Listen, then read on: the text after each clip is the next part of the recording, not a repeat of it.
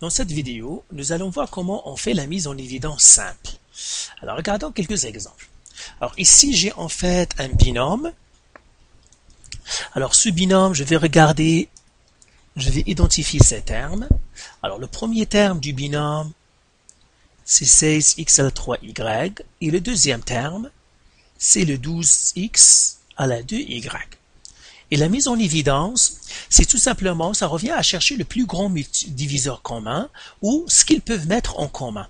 Alors, regardons comment on le fait. La première chose, on regarde les nombres. J'ai 16 et j'ai 12. Alors, qui est le plus grand diviseur commun des deux? Eh bien, je vois qu'il y a 4. Pourquoi? Parce que 16, c'est 4 fois 4. Et je vois que 12, c'est 4 fois 3. Donc, je vais mettre 4 parce qu'ils peuvent mettre en commun 4. Je regarde maintenant les x. Lui, c'est x à la 3. Lui, c'est x à la 2. C'est comme lui, il a 3x. Ce terme-là a 3x et ce terme-là, il en a que 2. Donc, ils ne peuvent mettre que 2 parce que lui, le deuxième terme, il ne peut fournir que 2. Donc, je vais faire x à la 2. Ici, j'ai y à la 2. Ici, j'ai y. Combien j'ai y pour le premier terme? J'en ai 2. Ici, j'en ai qu'un seul parce que y à la 1. Donc, je ne peux mettre en commun qu'un seul y parce que le deuxième terme ne peut fournir qu'un seul y. Et je mets une parenthèse. Et maintenant, je dis, pour le premier terme, eh bien, j'ai 4. 4 fois quoi qui me donne 16? Ben, c'est 4 fois 4. Donc, je mettrai 4. Pourquoi? Parce que ce terme-là, ça lui manque 4. Maintenant, 4 fois 4, c'est 16. J'ai ici x à la 3 et j'ai ici x à la 2. Combien de x il me manque pour le premier terme? Ben, j'en ai 3 maintenant que j'en ai qu'un seul, donc il me manque un x. Donc, je le mets. Ici, j'ai y à la 2 et combien on a mis en commun de y? On a mis qu'un seul. Donc, il me manque combien? Il me manque un y. Et là, je regarde, j'ai plus 12. J'ai déjà mis 4 en commun. Qu'est-ce qu'il me reste? Il me reste un 3. Donc, c'est plus 3.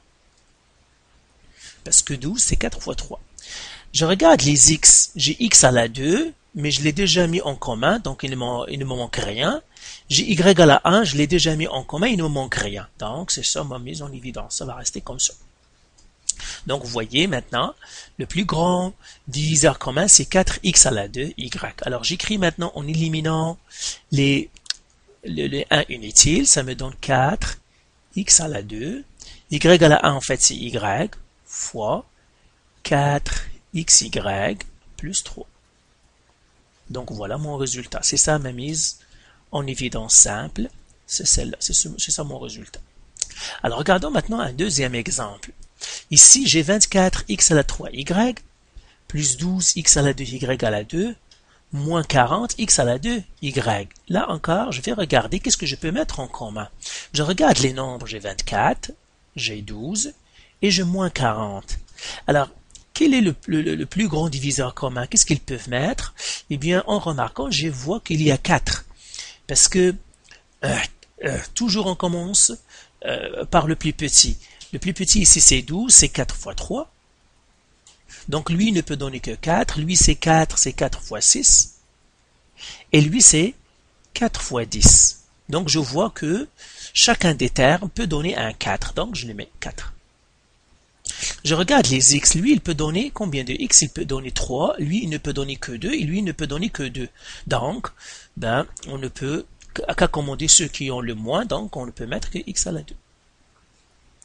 Je regarde les y. Lui, il peut donner un seul y. Lui, il peut donner 2. Lui, il peut en donner qu'un seul. Donc, on ne peut prendre qu'un seul y qu'ils peuvent mettre en commun. Parce que c'est ce que peuvent mettre les termes. Et maintenant, je regarde pour chacun. Alors, j'ai 24x à la 3y, donc pour le 24, j'ai déjà 4. Alors, il me manque quoi? Il me manque le 6, parce que 6 fois 4, c'est 24, donc je mets 6. Je regarde les x. Ici, j'ai un x à la 3, mais là, je n'ai mis que x à la 2. Ça veut dire qu'il me manque un x, donc je mets x. J'ai y ici, ben, je l'ai déjà mis en commun, donc il ne me manque rien. Et puis, je prends le deuxième terme. Maintenant, j'ai 12, mais je n'ai que 4. D'accord? Donc, ce terme-là, on le regarde par rapport à lui. Donc, qu'est-ce qu'il me manque? Il me manque 3. Donc, plus 3. J'ai x à la 2, je l'ai déjà mis en commun, donc il ne me manque rien. J'ai y à la 2, j'ai ici y, donc il me manque un y. Donc, parce que je n'ai mis en commun qu'un seul y, donc il me manque un y, donc je le mets. Ici, j'ai moins 40, ici j'ai 4. Donc, en fait, c'est quoi? C'est moins 10. Parce que moins 10 fois 4, c'est moins 40. Et maintenant, je regarde les x. Ben, x à la 2, je les mets déjà en commun, donc il ne me manque rien. J'ai y, je l'ai déjà mis en commun, donc il ne me manque rien. Donc, c'est ça mon résultat. Donc, voilà, je le souligne. Donc, voilà, j'ai mis en évidence. Mon plus grand diviseur commun, c'est 4x à la 2y. Alors, dernier exemple, regardons ce que ces termes-là peuvent mettre en commun. Je regarde les termes, c'est le premier terme, et j'ai le deuxième terme.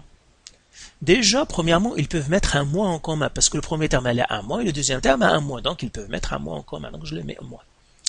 Je regarde les chiffres, j'ai 2 et 4, donc qu'est-ce qu'ils peuvent mettre en commun? C'est 2. Et je regarde les x, lui il a un x, lui il a un x, donc ils peuvent le mettre en commun. Lui, il a un y, mais lui, il n'en a pas. Donc, ils ne peuvent pas le mettre en commun. C'est tout ce qu'ils peuvent faire, c'est ça. Maintenant, je regarde ce qui me manque. Le moins, je l'ai déjà ici. Le 2, je l'ai déjà ici. Le x, je l'ai déjà ici. Donc, il me manque le y. Donc, j'écris le y. Pour le deuxième terme, j'ai le moins, il est déjà là. J'ai un 2, mais en fait, un 4.